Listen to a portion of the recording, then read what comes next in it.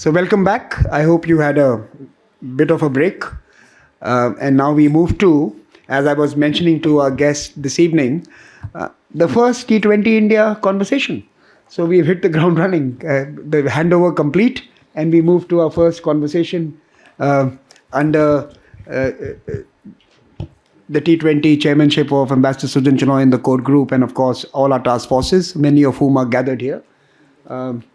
I'm delighted to welcome Remy Riou, expert in economics and in international financial institutions, served in the Treasury and many other important government roles in Paris. And someone who more recently has been spearheading, and I think this is important, besides reading his written biodata, I think it might be important to share with all of you that in the past year, earlier, I think in the month of February, if I remember, he spearheaded an Indo-Pacific discussion which was attended by our External Affairs Minister as well, where a large, substantial chunk of the conversations were on reclaiming development and making SDGs a central idea for the Indo-Pacific countries to chase and to, in many ways, desecuritize the conversation and bring development right back in. And how do we catalyze finance? How do we create a constellation of Exim banks? How do we create communities that are able to serve the purpose of development going ahead?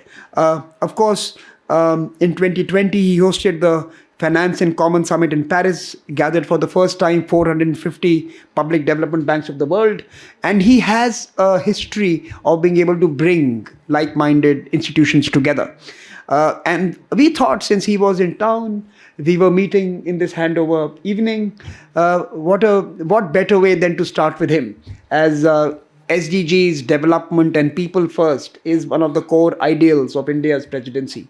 So Remy, let me welcome you to this particular gathering, and giving you a bit of a flavor of this gathering. We have colleagues who successfully conducted the Indonesian T20 presidency. We have a team of 7 experts from there who are all here this evening. And in the room, we have the core group members who you just met, who are designing and in many ways catalyzing India's think tank year ahead, as well as the task force chairs and co-chairs who are actually going to be doing the real thinking and who are going to be contributing ideas to produce before the leaders of the G20 countries for them to consider. So it's a very rich audience, rich in terms of ideas and expertise. And of course, with you, we have a fantastic speaker who's going to be able to engage with them. So welcome, Remy. And maybe by way of your opening remarks, I could ask you to share your thoughts on why is it so difficult to attract global finance to development questions. We are able to generate hundreds of billions of dollars when conflict occurs or when banks need to be saved. But when people are suffering, we don't find the same urgency in the developed world. What do we need to do to be noticed? How do we bring global capital to some of the most compelling challenges that confront all of us? It's a simple opening question, so over to you.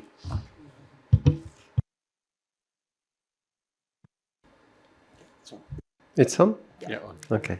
Thanks a lot, Samir, and thanks to ORF. Thanks a lot, Sachin, and all colleagues.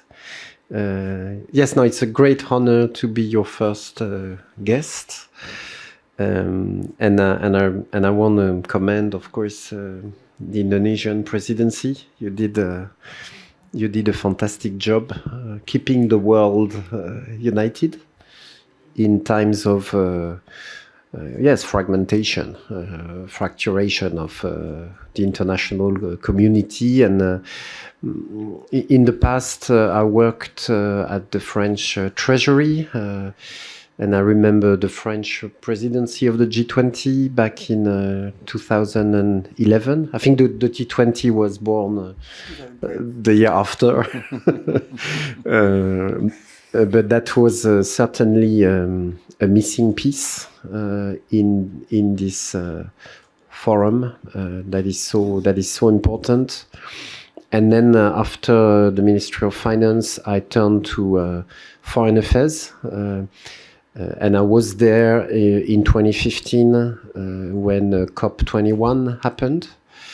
And I was in charge of the finance track of the negotiation on finance all year long in 2015. And so I'm here, of course, with the same question as that Samir said, which is haunting me for 7 years now, which is really how could we unlock way more international cooperation, and to do it in a renewed way, since we are facing limits, of course, to what we're doing. So I'm doing it in France. Because I was appointed as the CEO of AFD, the French International Public Development Bank, immediately afterwards in 2016. So I feel responsible for implementing what was decided in 2015. And of course, I'm a lot of discussion with many partners since then, and I feel we're all searching for something. I don't know exactly what, and certainly this is something that at a time our leaders have to frame and decide. And I see, of course, the G20 as the place to do it, and I think I'm quite optimistic. We are doing it step by step, and again, Indonesia was very important in that regard. And the question I have for you, of course, is the problem is 2015. I was there. Is we had the Addis Ababa conference in July. Then we had the New York summit approving the SDGs, and then we had the COP21 in December in Paris. And problem is we should have done it differently. We should have maybe started with climate, because this is where is now the urgency. And my understanding is this is where the political force is in many countries. Then immediately we should have said climate is maybe is where the urgency is, but we need to put that into the SDG framework. Because, well, this is the yellow jacket experience in France. When you do something for climate, immediately the social dimension comes in, and then you have a problem. So you need a broader framework, and this is what we phrased in the Paris Agreement. Actually, we are talking about development pathways, not climate pathways. So it's a question of development, as Samir said, and then only afterwards we should have gathered in Addis to discuss finance, because the framework we decided in Addis is still unclear and inconsistent with the ambition that was set by our leaders for climate and SDGs. So we're still, and again, I'm talking to you from my experience as the head of a public financial institution. We are waiting for that framework and the right incentives. So it was not that problematic for a few years, because we had on one side the ODA framework, which is a very old one, dating back to the 1960s, and that has not been changed that much since then. And we added to ODA climate finance, and for a moment that was helpful. And you see that actually ODA increased since 2015, probably because reinforced by the climate narrative. But my feeling is that we have to surpass now. It's very clear it has made clear by IPCC that the territories, the communities that are disproportionately impacted by climate change are the poorest. So we understand that it's not two separate set of issues. And we need, in my view, to rephrase it in a way that unlocks more political force behind. So if and of course, if it comes from the fantastic sequence we will have with the Indonesian, Indian, Brazilian, and South African presidency of the G20. So we have, and you started it. We have 4 years to succeed. And when I'm, and I will maybe close here for the discussion, but when I'm sharing it with you, I'm not only talking as the head of AFD. Actually, the experience of AFD is we doubled size. Since 2015 at AFD, we doubled our capital base, we doubled our staff.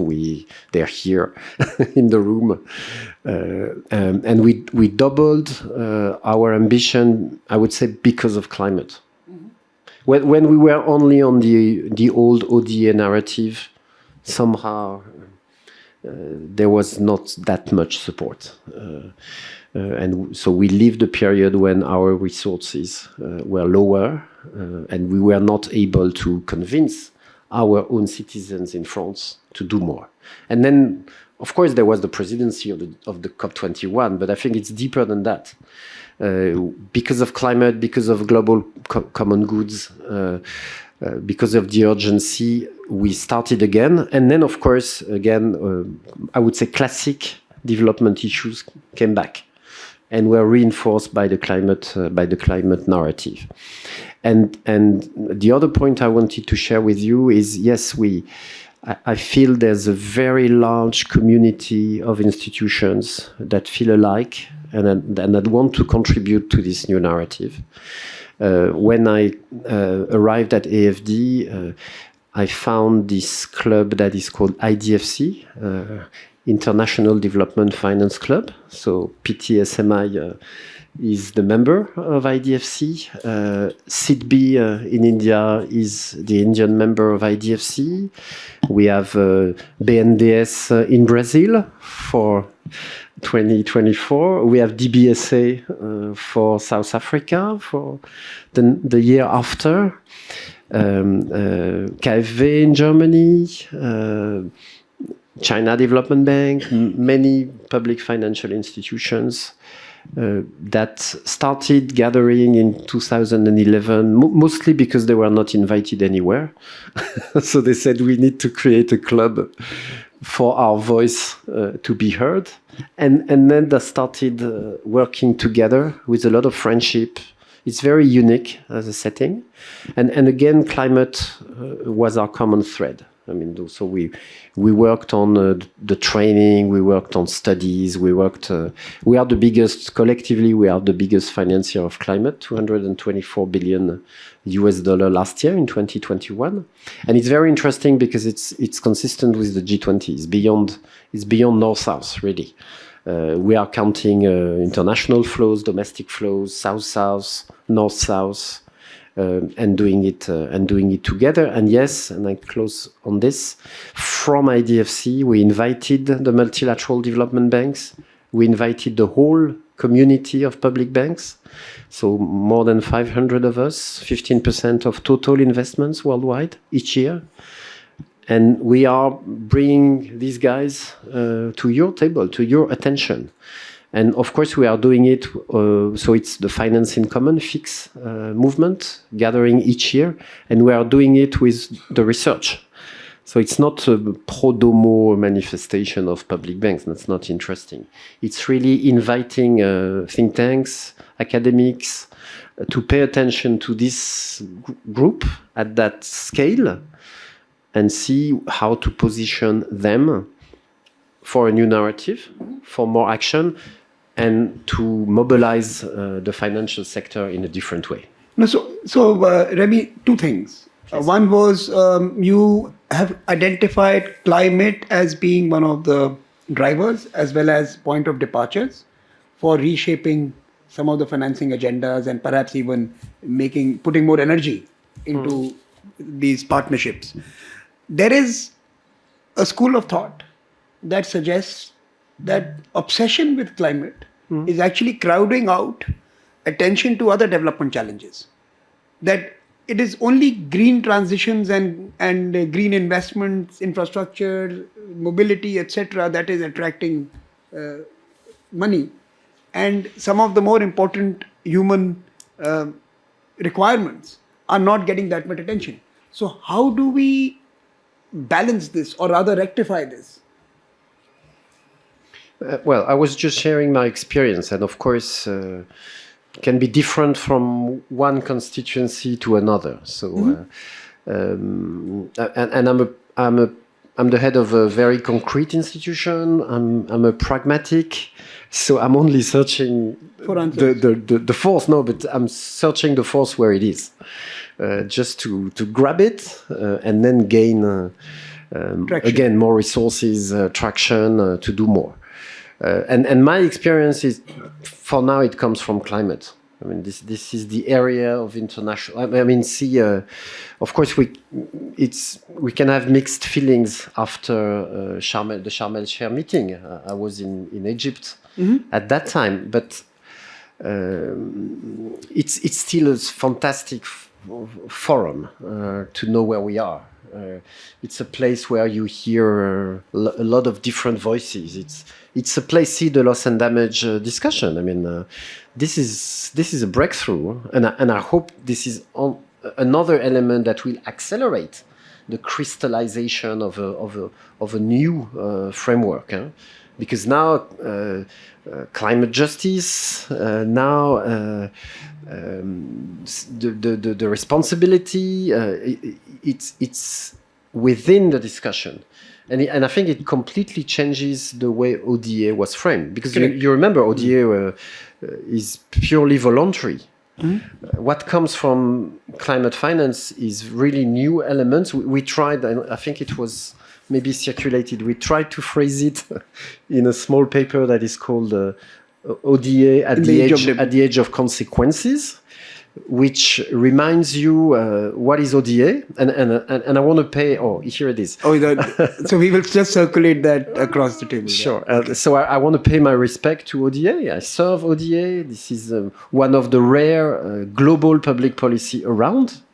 But, and maybe because it was successful somehow, it was overburdened by new objectives, and climate being, of course, the most important of them. And it is transforming ODA from within, especially adding, and the loss and damage dimension is very clear on that, adding some sort of mandatory dimension to ODA, which was from the beginning thought as a voluntary effort by our countries for development. So the second point you raised was bringing the private sector in.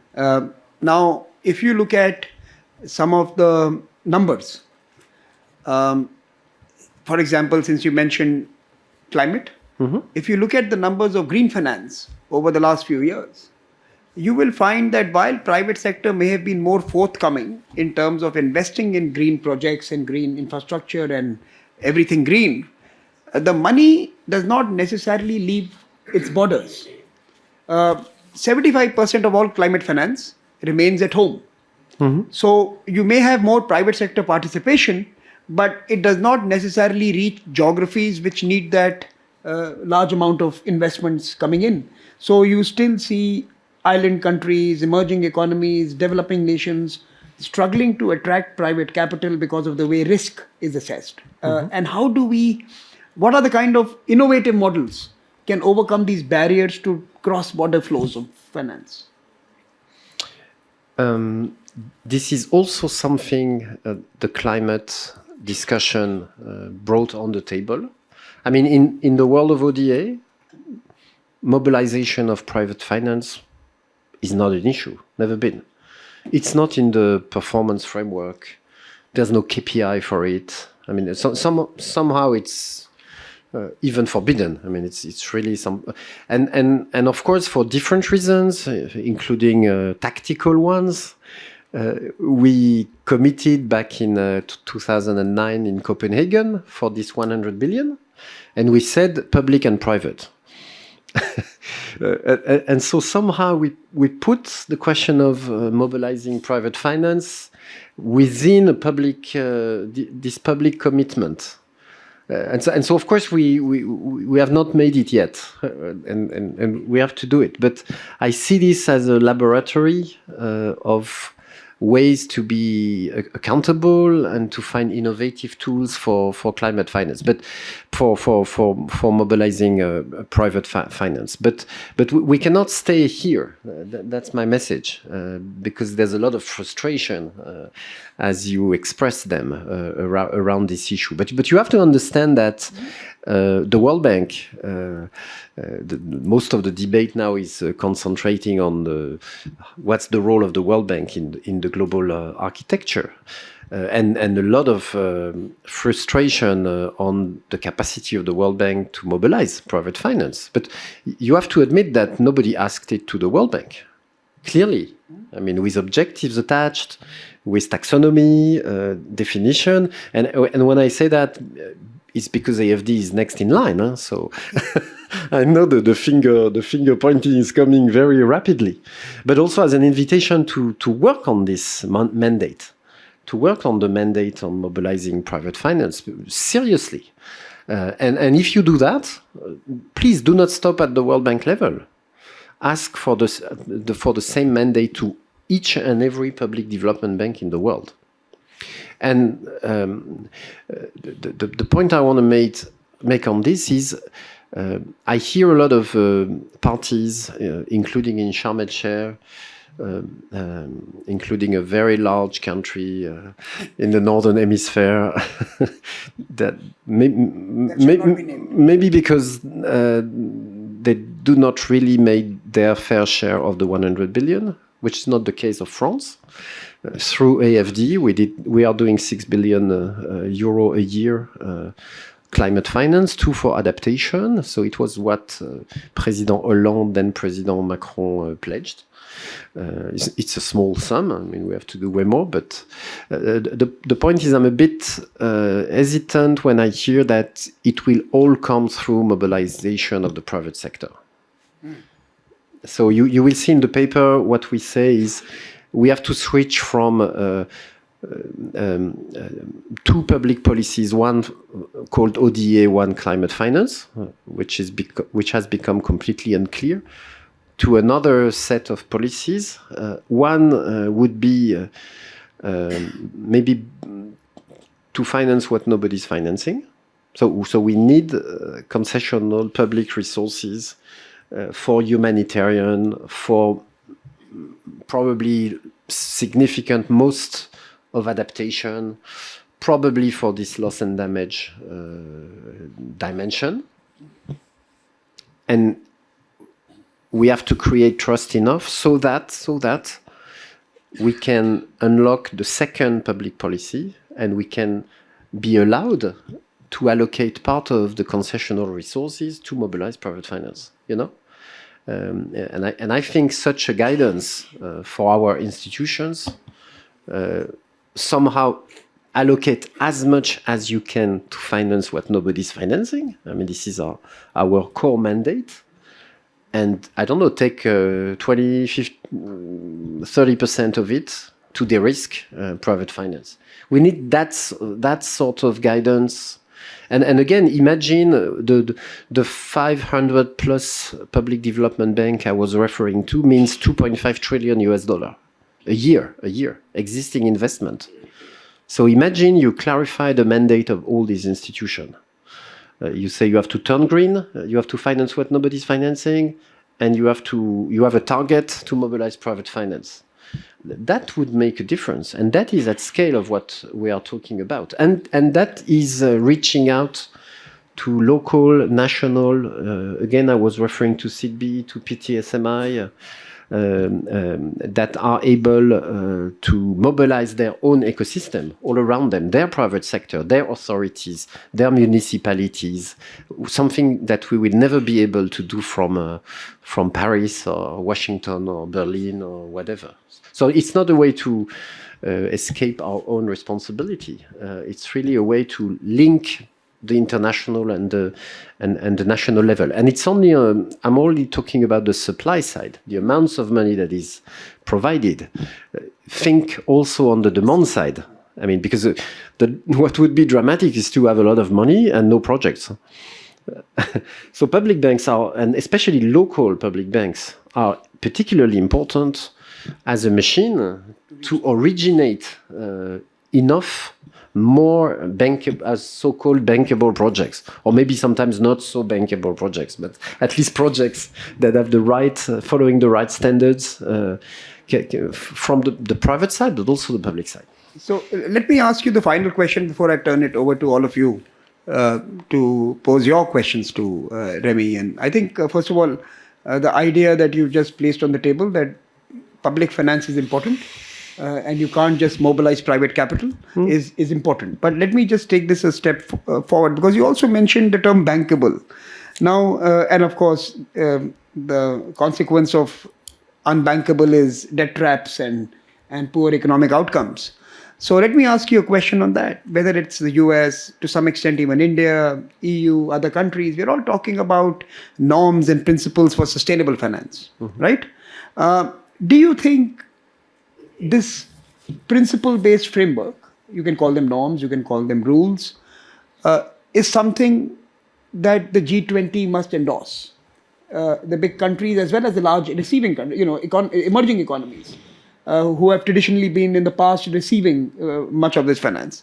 Is it time for them to collectively come together and put together a set of rules, even as like they need to work on taxonomy and other material? Is norms of sustainable finance important for G20 to take up? Again, in the past, I was working for the Ministry of Finance in France, and I became a diplomat. So I know what the G20 is about. So the G20 is the Sherpa track, meaning the leaders, and the finance track. And the difficulty is to have the two tracks working together and working on a common agenda and providing what each track can only provide. And that's all. And that's always because and now the G20 has become something so big that it's extremely difficult, and you inherit from the former presidencies. You want to put your mark on so it's really difficult to.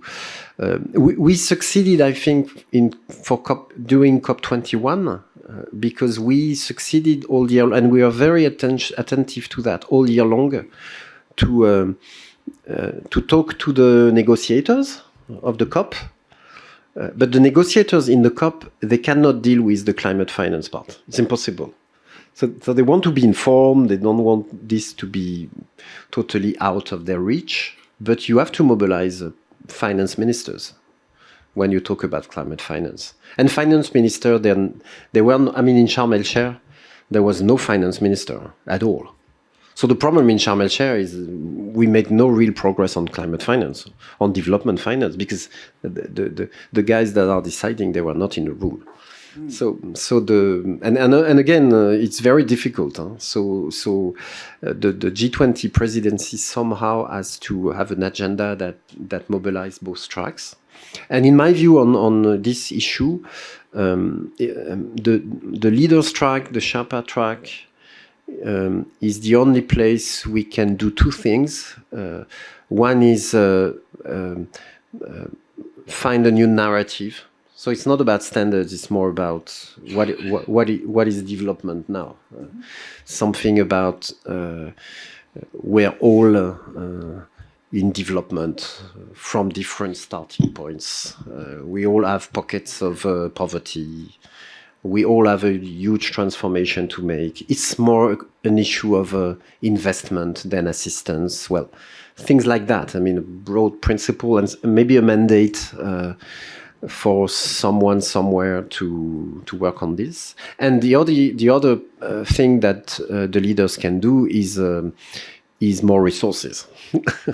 It's really up to the leaders to decide to do more. President Macron, actually, maybe you heard him. He wants to organize a summit on development finance in June in Paris. So certainly a lot of discussion with the presidency, of course, on this. But really count on him and count on France. He pushed for SDR. Again, he doubled the size of AFD. You've seen for the last 5 years, he's really consistently willing to do more. But Macron will never utter the words of ODA. I mean, it's impossible for him to say ODA. I mean, he's too young for that. So he's searching for new concepts, new methodologies, and help him on that. Because if it comes from Indonesia, India, Brazil, and South Africa, that would make a difference. Believe me. Because ODA is rejected by its own beneficiaries now. So it's a problem, huh? When you're dealing. So sorry. So that's for the leaders, and of course you need the finance ministers. So you need the finance track. So your question on the probably the standards, the methodology. If you want it to be credible enough, the rule to allocate concessional finance between, again, what's nobody's financing and mobilizing private, it has to come from the finance ministers. I think they are the only one that are able to go at that level of guidance, that specificity of the guidance. So it, again, it's very difficult, and you have the central banks also around the table of the finance track, which when we talk about climate finance now are extremely important and aware that we need to change the regulatory framework to embark the climate change. Thank you. I'm going to move to you now, and maybe I can bring some of you in to speak to Remy. Sachin, do you want to come in? Yeah, thank you. You want to come in as well, Jose? Yeah, I'll bring you then. And please get my attention, and I'll come to all of you. So, Ranjali, you want to come in next? Okay. So I have 3 already, and try and get my attention. Okay, I'll come to you as well. Great. So let's start, Sachin. Thank you, Samir. Thanks, Remy, for excellent deliberations that you have begun now, and I think I must congratulate you both at the practical level, as was mentioned in the beginning, in terms of identifying the key priorities with the national development banks, where we are trying to create the revenue mobilization. The fact that, as our finance minister mentioned the other day, India hasn't gone back to anyone for our nationally committed goals that are there for Paris, and we have mobilized our own resources. Last budget, as our finance minister announced, we mobilized $26.8 billion for infrastructure commitments related to climate change. So that's the bandwidth with which we are delivering with domestic resource mobilization. But you have drawn world's attention on 2 important things. One, the role that national development banks may play. So the right institutional framework. And with that connected issue, Remy, is your idea of reconciliation. And that, I think, is important in several different ways. Reconciliation in terms of the framework that is needed in terms of finance, whether it is ODA plus, the historic commitment, and also now that Indonesia, India, Brazil, South Africa, they are also providers of development assistance. They are partners of development assistance. They are contributing in a major way, and Prime Minister Modi has been articulating that both in form of our bilateral engagement, but also in form of our triangular cooperation. And India, France, what Samir mentioned in the beginning in terms of Indo-Pacific is something which is extremely important. So I think my question is in terms of how we go when we go ODA plus, which is our historic commitment, and how we bring in development finance in a sharper way when we think of, in your own book, reconciliation, this has emerged quite well. So how the national development agencies, be that the Development Partnership Administration for India or South Africa's Development Partnership Agency or the ABC for Brazil, how these development financial institutions contribute, and in what way G20 or T20 can contribute. Thank you. Thank you, Samir, and also thank you, Remy, for very excellent presentations to enlighten us on what happens on the financings of developments, ODA mechanisms, and challenges that we have. I think you mentioned about the bankable project. Because it's not easy to find bankable projects. Even I think in many cases, like in Indonesia, for example, the money perhaps is there, but when it comes to find bankable projects, the one that can becomes financially feasible and also economically feasible, often we don't really we cannot really have it. That's why one of the idea is to come up with blended financings, so that perhaps with the blended financings, the bankable projects, the feasibility of the financial feasibility of projects, especially related to energy transition and climate, can be improved. And one of the idea is also to include or to get greater participation, not only from the private sector, but also from philanthropy. I would like to ask your view on that issue. How, whether this is a feasible approach toward improving the climate financings, and also whether it can also provide some kind of significant contributions on that. And another one, this is just my comments on the issues that you mentioned about G20 and how the finance track and SERPA track often do not really have a good platform of communications. I think this is one thing that we observe as well in Indonesia's presidency. But the thing is, in Indonesia's presidency, it seems that there were also some initiative to overcome the issues. One of them is to have the joint finance ministers and working group under the SERPA track. Like, for example, Indonesia introduced a joint finance minister and agriculture. In that way, that the agriculture's issues or food security issues can also be financing. In the Indian presidency, I think it's quite interesting because under SERPA tracks there are some new working group, including also disaster risk resilient and reductions. This is going to be quite related to climate adaptations, and if there would be some or more interactions between finance ministers and this working group on disaster risk resilient and reduction, there I think it would contribute a lot to the advancements of climate adaptations and financing climate adaptations. Thank you very much. Chiranjali? Thank you so much. And I think one of the thoughts that resonate with me is the specific focus on climate finance, because it seems the yardsticks there are very clear. I've been hearing that even from private finance, let's do the climate first. But then that raises a question alongside, which is what happens to the social dimension, because now there's a framework of do no significant harm. At COP27, it was quite interesting to see many pavilions on just transition. And this is a topic that is going to come back and, haunt us, if nothing else, in the presidency. So I'd like to understand, even from the AFD's perspective, that, when there is action on climate, is there thinking around we put the other ancillary impacts on the back seat and think about just the impact on climate?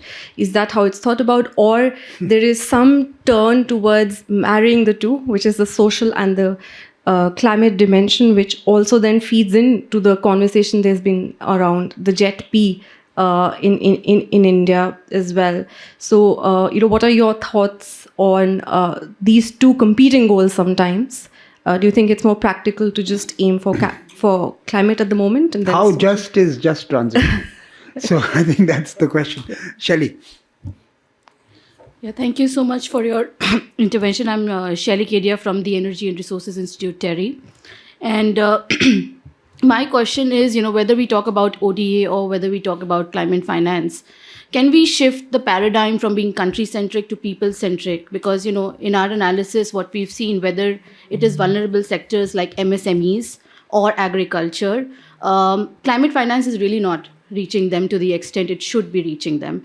So right now, when we look at the analysis on climate finance or ODA, it's already the paradigm is pretty country-centric from developed to developing country. But I think it's high time we change the paradigm from country to people, then only really then beneficiaries. So what are your comments on that? And just to add on the just transitions bit, because of course that has picked up a lot of discursive strength in the past few years.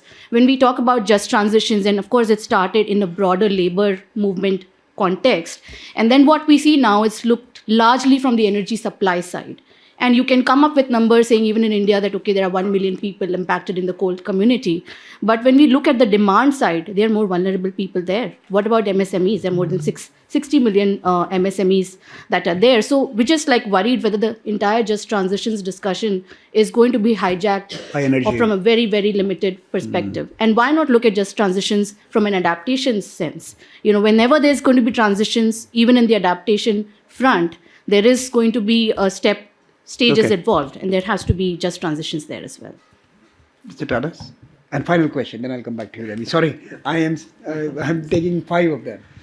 So we'll come to Mr. Tadas. I hope you have time enough. Yeah, thank you. And it was quite enlightening delivery, and we could understand many interrelated issues in the area of the finance and the SDGs. Now, my concern is on the two fronts. Yes, as a development finance institution or national development banks. In fact, earlier I was also part of the development finance institution in India. When you look at financing a particular project, we always, as a development bank, we look at it from the commercial point of view. Whether whatever we assist is going to come back or not. And I think the same principle will apply to the AFD and as also other multilateral development banks. In fact, maybe the dimension could be different there. I'll just give you a simple example. Like we say that the projects need to be bankable, in the sense that we need to convert the SDGs as a kind of marketable products, so that the development banks or the commercial banks can look at them as the financeable projects. Now, for instance, in the late 1990s and early 2000, when we were looking at the solar energy and the wind energy, that was the time when India was picking up in terms of investment in these two sectors, which is in fact a part of the green transition. When we are looking at these from purely commercial point of view, they were not bankable at all. But then there was so much move not only at the general public level but also at the industry level that government had to intervene and then formulate policies so that these become bankable projects. So they had to extend concessions, subsidies, so that the per unit cost of production will be brought down, and then it is affordable, and then they become bankable, and then that is when the development banks and commercial banks came in and started financing. So similarly, when we say that we need to look at financing SDGs, which is more than the climate finance, and also encompassing the climate finance in itself, then the questions that arise is that if we cannot totally depend only on the multilateral development banks or the national development banks, then how we make the whole thing feasible so that we have new and other options to finance these SDGs? This is my broader question in the context of G20. Okay, I think that's a very wide basket of questions. So let me over to you. No, thanks to you all for the excellent questions. Maybe I can answer Sachin and Mr. Tadas together, because it's about the role of public development banks.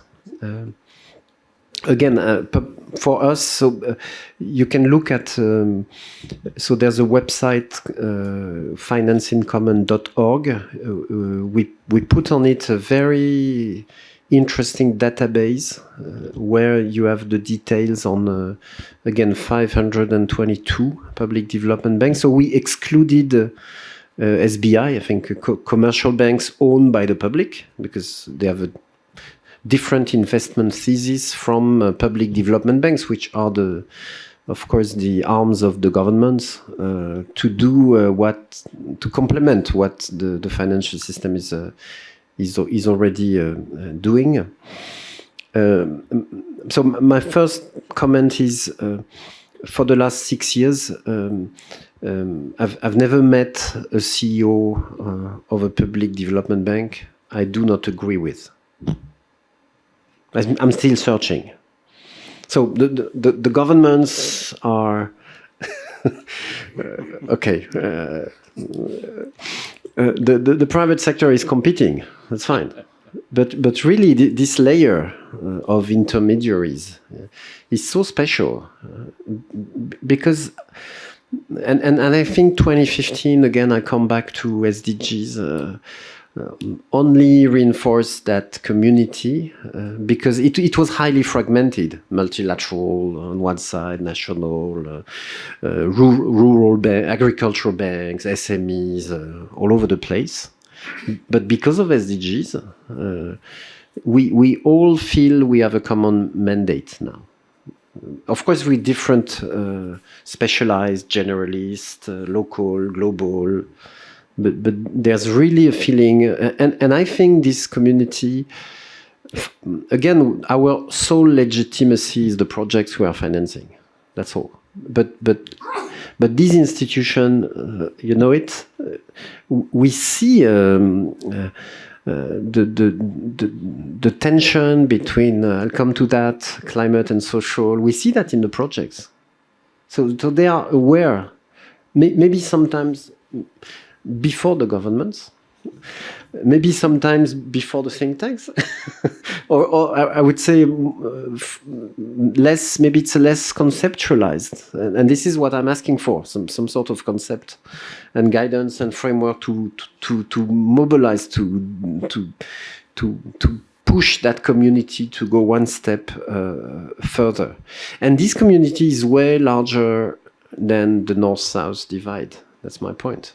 So again, we have to do the 100 billion of Copenhagen, and we have to do it as fast as we can, because the fact that we missed the mark, not AFD, not France, but the fact that we missed that mark prevents us to have the discussion about this finance in common issue.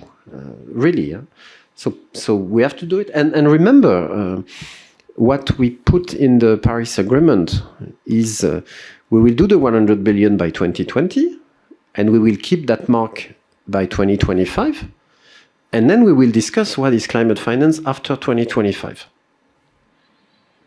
Definition, contributors, and the idea behind is we will go beyond the North-South divide. And as Sachin said, recognize somehow that India is into international cooperation. China is in international cooperation. Indonesia is in international cooperation. So organize it in a, of course, common but differentiated responsibility, but in a new way. And if we redefine climate finance, then we will redefine ODA, because somehow it's the same. As I said before. And the point is, within IDFC and Finance in Common, we have started this discussion. again, not conceptually. We have started this discussion concretely. We had fantastic discussion these days with the Exim Bank of India. So the Exim Bank, could we do something between AFD and the Exim Bank in India in the Indo-Pacific? And why not with other partners from the region? So that's not ODA, it's something different. Another example, we are co-financing a project with the China Development Bank in Senegal. So it's a fantastic project, the depollution of the Han Bay eastern of Dakar. And for the first time, as far as I know, Chinese colleagues, they accepted to untie their financing.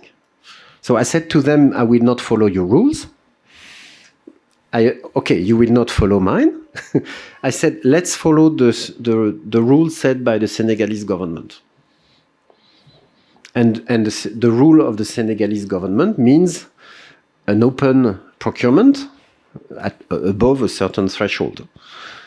And so, yes, we are co-financing. And the idea is if the Chinese come into a joint, it's not parallel financing, it's really co-financing.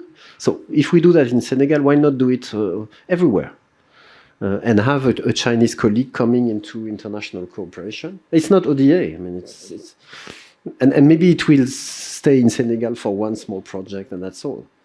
But it's the kind of proposal, is the kind of example we put on your table and on the table of the G20 for consideration. To come to Mr. Tadas would be, and I know you worked at ITB, if I'm right, so we are fellow public bankers. Two things. So I'm a bit fed up with this issue of bankable projects.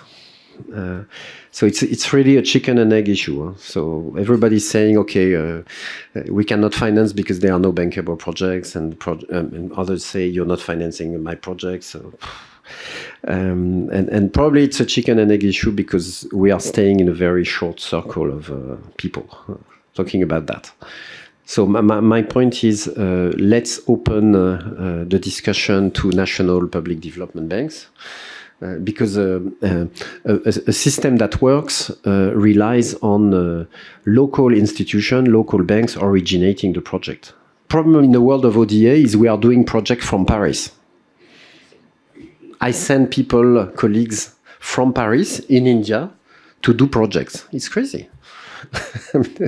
and we're all doing that. The World Bank is doing that. The Asian Development Bank is doing that. We should have it be your bank coming to us with projects.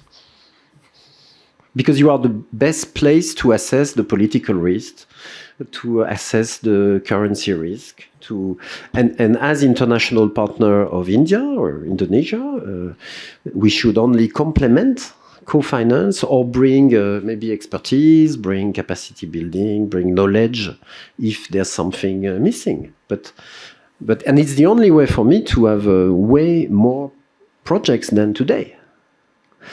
And of course, the best way to do it would be through private banks. I mean, it's the world of private banks are made for that, to meet with projects and to finance them. If the financial system is not there, then you need public financial institutions.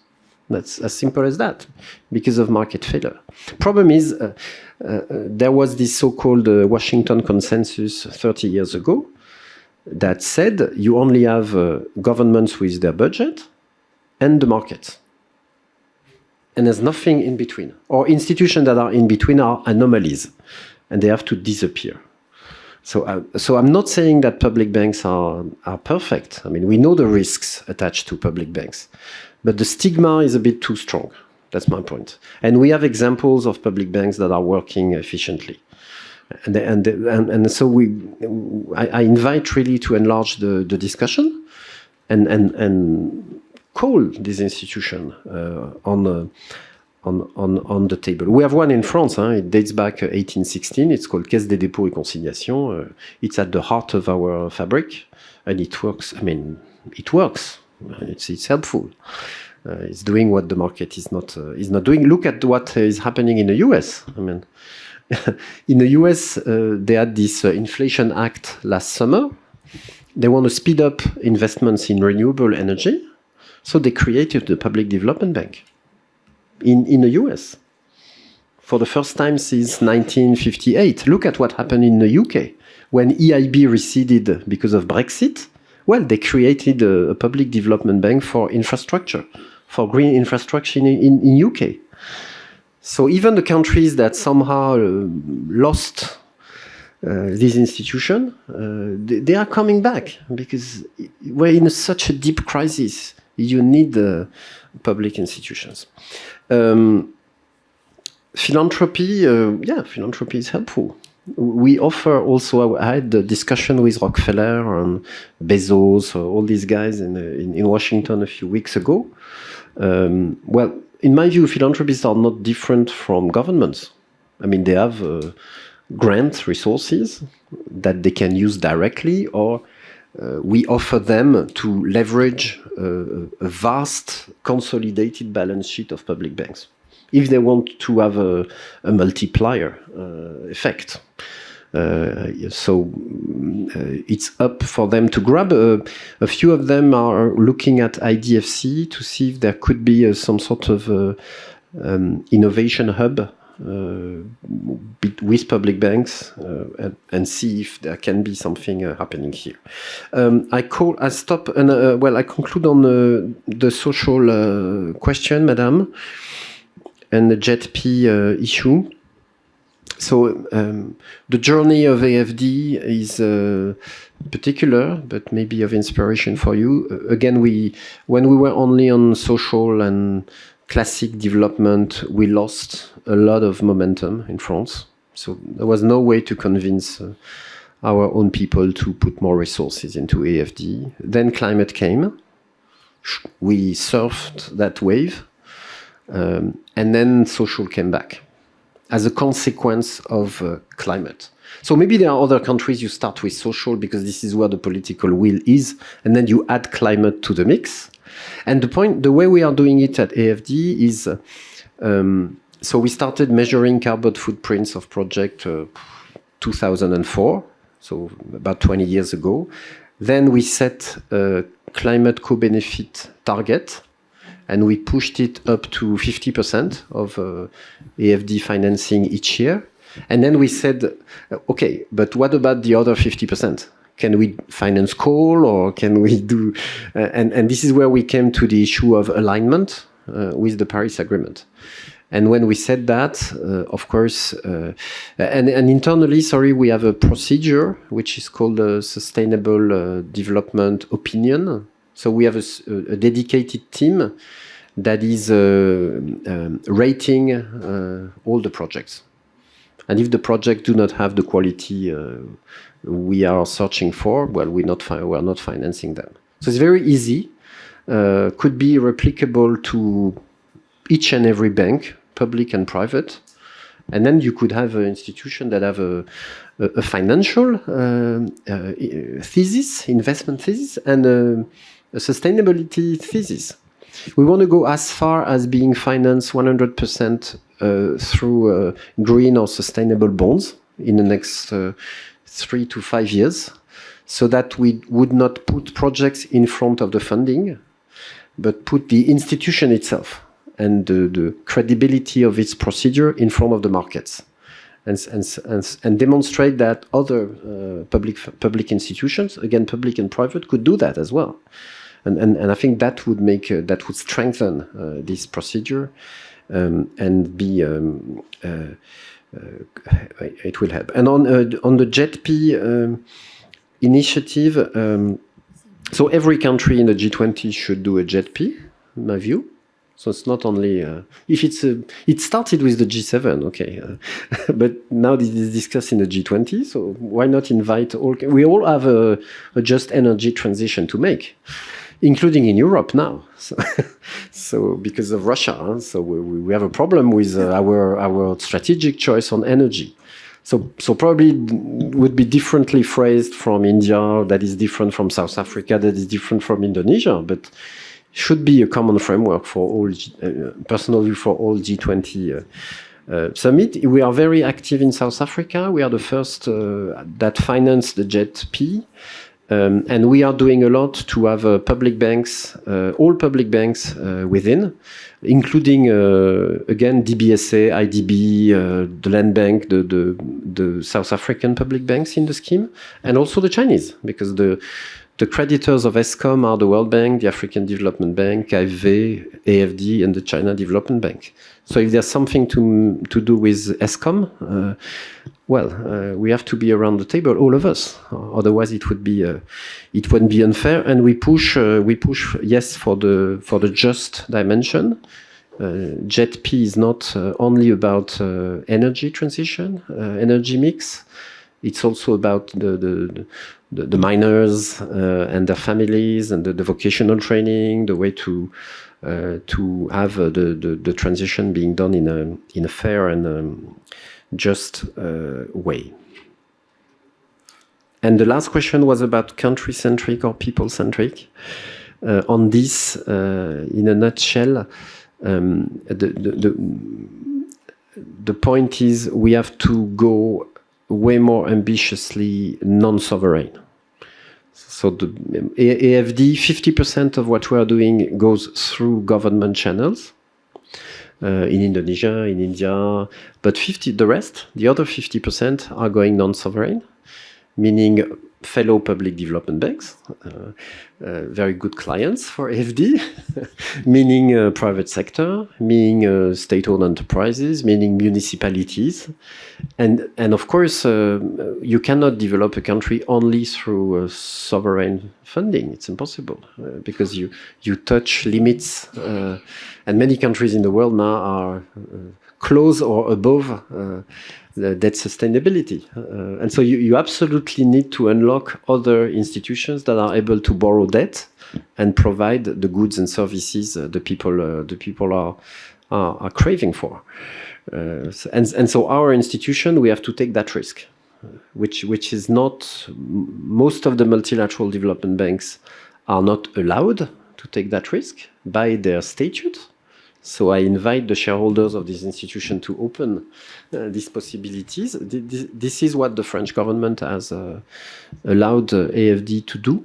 So we are financing local authorities, for instance, without the sovereign guarantee as much as we can, because we believe this is the way forward, and this is the way to be closer to the people. So I think we've come to the end of time. It's been a very rich discussion, and you've been really generous with responding to all the questions posed to you, sometimes actually multiple questions within the same. So it's been quite extensive. I take away three important aspects. One, of course, you are asking us for ideas on how do we create new concepts to take this new age of, what was the title of the book? The Age of Consequences. We need new concepts in this age of consequences. And how do we mobilize partnerships between private and public, and also across borders and with international partners, new national development banks, etc. I think that's one takeaway. The second, of course, is that climate should not be seen as the end goal, but as a driver that can mobilize greater attention and channel greater funds to causes that are most important. In other constituencies, you may have different drivers, different social drivers for doing the same, and we have to make it contextual, and I think that's important. And the third, of course, is that just transitions is not something that the North uses for the global South, but perhaps it needs to rethink about its own energy transitions in light of the new developments, and perhaps maybe that is something that could also be engaged with more deeply. It will have consequences for all our energy choices. The scripts that are written in Europe in the days ahead will implicate global decision making as well. But I think most of all, your talk gave us hope that we are in an age where ideas will matter as we carve out new architectures and frameworks on deploying global surpluses, global savings, global agency to respond to the challenges of our time. and you want to say something? No, just thank you all for the invitation.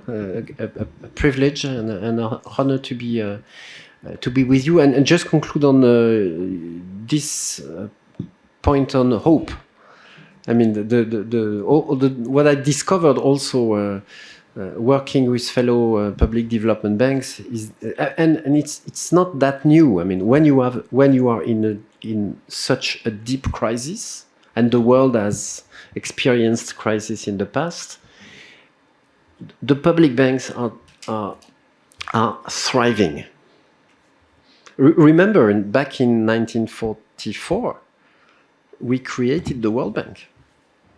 I mean, France in 1944 was bankrupt. There was no money.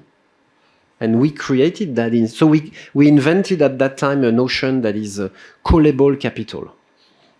And now we are discussing again with this CAF report about what is the balance sheet of a multilateral development. But what means callable capital? It means you have no capital. But maybe one day you will have capital. So you're betting on the future and create an institution as strong and credible as the World Bank. Mm-hmm. And again, I see other public banks being recapitalized all over the place right now. Mm-hmm. So again, the world of ODA, the world of purely grant financing, again, I respect that, but they're all despaired. I mean, they're all they're lost because they're not up to the task, the needs, the humanitarian situation. So let's find a narrative that combine the seriousness, the solidarity that is within ODA, the ODA framework, but the force, the momentum, the innovation that is more on the public development side. That's really my deep feeling and my experience. Thanks. So that's a great note to end on. Let's try and find that. I think that could be a good question for us to chase. That what could be the new formula. Please join me in thanking Remy for his time and for his presentation. And of course, all of you are now invited to dinner. Thank you.